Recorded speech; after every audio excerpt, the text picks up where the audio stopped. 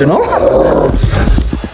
The Creep Tape Season 2 is finally here, and Episode 1 just threw us into one of the most twisted, unsettling openings this franchise has ever delivered. What starts as a familiar Peachfuzz-style setup quickly spirals into something far stranger. A copycat killer, a dark web mystery, and a psychological showdown only this series could pull off. Welcome back to your nerdy show. I'm your host, Spoiler Master. Today, we are breaking down everything that happened in this creepy, chaotic premiere, from the shocking cold open to the mind-bending ending that changes everything for Peachfuzz's future. So sit tight, because this episode doesn't just bring back the monster, it questions who really deserves to wear the mask. Boy, you will always be my favorite. The Copycat, the real monster, and the dark web mystery. The episode begins with a man wearing the Peachfuzz mask walking into a lavish cottage, camera in hand, mimicking the unsettling style fans recognize. He heads down to the basement where his victim is tied to a chair, his face covered with a pillowcase soaked in blood. The fake Peachfuzz, using a voice modulator, seems surprised that the injured man didn't even attempt to escape. He compliments him in that unnervingly warm Peachfuzz tone before setting the camera down, praising him more, and then chopping off his head with an axe. Everything about the scene screams Peachfuzz, except something feels off. And the moment he lifts the mask, the truth is revealed. This isn't Peachfuzz at all. It's a copycat, played by David Dastmalchian, and somehow the real Peachfuzz has gotten access to this footage. He watches the tape quietly, almost analytically. Instead of being flattered, the footage annoys him. Someone is doing a cheap version of his work. Someone thinks they can out Peachfuzz, and that's where the episode takes its deeply twisted turn, because Peachfuzz decides to confront this imitator. The rest of the episode becomes a bizarre cat and mouse reenactment of Creep 2014, but with the roles reversed. Peachfuzz becomes the victim invited to participate in a video diary project, and Joseph, the copycat, becomes the hunter, trying desperately to prove he can rise to the level of the original. I'm Joseph. Your name's Joseph? Joseph attempts to recreate the original Creep formula. The first major section of the episode is a twisted mirror reflection of the first movie. Peachfuzz arrives at Joseph's home, a quiet, secluded place advertised through an online posting offering $100 to film someone for the entire day. Peachfuzz, naturally, laughs at the price. He once paid Aaron $1,000, so even before he walks inside, his ego is already bruised. His tone becomes mocking. He's still polite, but this is Peachfuzz, and every bit of politeness is theatrical, layered with sarcasm and ego. Joseph arrives, introduces himself, and instantly begins imitating the beats from Creep. He mentions his illness, hints at his unborn child, and tries to reproduce those emotionally manipulative speeches Peachfuzz once used. But Peachfuzz is always 2 steps ahead. If Joseph hugs him tightly, Peachfuzz hugs harder. When Joseph leads him to the bathroom and begins fumbling through the "I might drown myself" moment, Peachfuzz can't resist mocking his pacing, tone, and execution. Joseph can copy the words, but he can't replicate the performance. The original routine relied on psychological finesse, something Joseph clearly lacks. The Tubby Time parody becomes an especially comedic yet disturbing moment. In Creep, Peachfuzz convinced Aaron he was drowning in a raw, terrifying performance before surprising him. Joseph attempts the same move, but he hesitates, stumbles, and kills the pacing entirely. So Peachfuzz steps in and helps him hold his head underwater, encouraging him with unsettling sincerity. Joseph emerges furious, embarrassed, and aware that he's losing control of the narrative. Later, the two sit down to drink. One cup is drugged, the other is safe, once again mirroring Aaron's attempt to drug Peachfuzz in the original film. But Joseph ruins the deception by announcing that one of the glasses is tampered with. Peachfuzz, unimpressed, drinks both cups just for fun, knowing exactly what he's walking into. Seconds later, the drugs kick in and Peachfuzz collapses. But once again, Peachfuzz seems almost amused by how predictable Joseph's plan is. I learned from the best.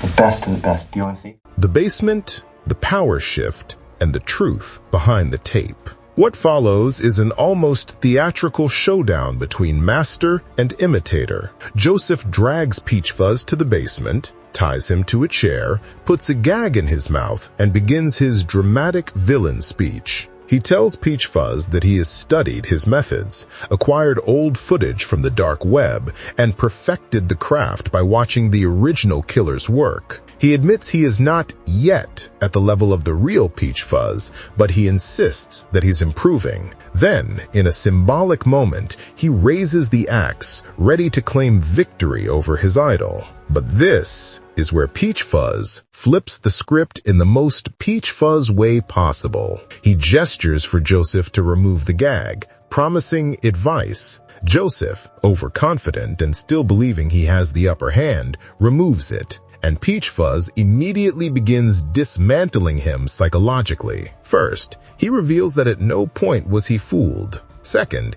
he critiques Joseph's mask, calling it cheap and poorly designed. And third, he compliments Joseph's knot-tying skills, but clarifies that it still isn't good enough. But then comes the biggest twist of all. The dark web tape Joseph found? The one featuring Peachfuzz murdering Aaron? Peachfuzz calmly reveals that he uploaded that tape himself. Joseph freezes. His entire persona, built around thinking he discovered secret footage from an anonymous source, collapses instantly. Peachfuzz then reveals his real intention. He was curious if posting that video would inspire someone. He wanted to see if anyone out there had the potential to become his successor. But Joseph has failed. He's unoriginal, sloppy, and too obsessed with copying instead of innovating. Peachfuzz wanted a prodigy. Instead, he found an imitator. Joseph, humiliated and afraid, attempts to escape,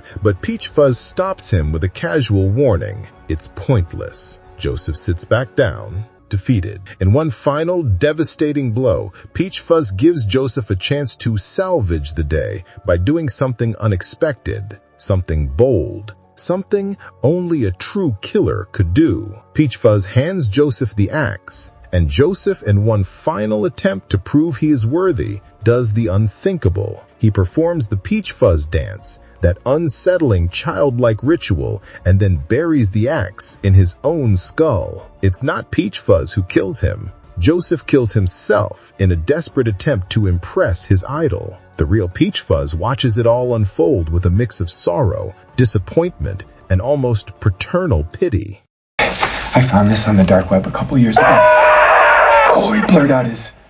The dark web mystery. Who leaked the Aaron tape? Once Joseph dies, the episode leaves us with the biggest unresolved mystery of all. If Peachfuzz uploaded the video, why did he blur his own face? And what does this say about his future? Two major theories rise from this.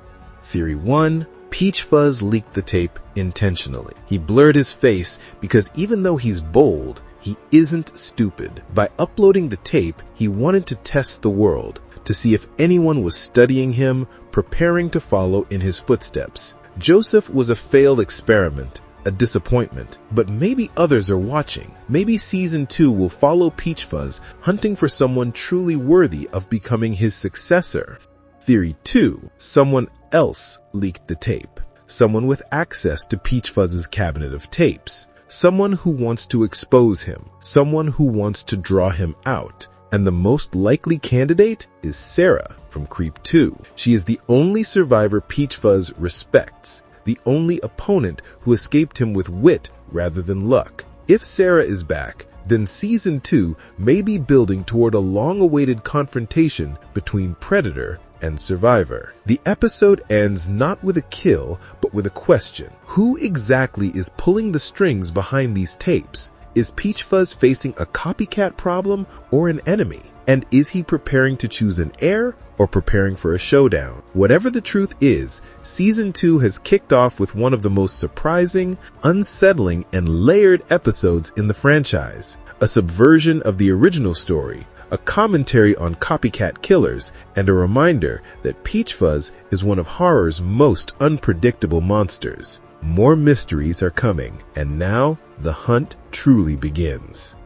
Our nerdy thoughts. And that wraps up everything you need to know about the Creep Tapes Season 2, Episode 1. This premiere didn't just revive Peachfuzz. It opened the door to bigger mysteries, darker possibilities, and a new threat lurking somewhere in the shadows. Whether this season builds toward a successor, a showdown, or the return of a familiar survivor, one thing is clear: Peachfuzz has only just begun. If you enjoyed this breakdown, make sure to hit that like button, drop your theories in the comments, and subscribe for more deep dives into your favorite horror worlds. Thanks for watching, and until next time, stay creepy.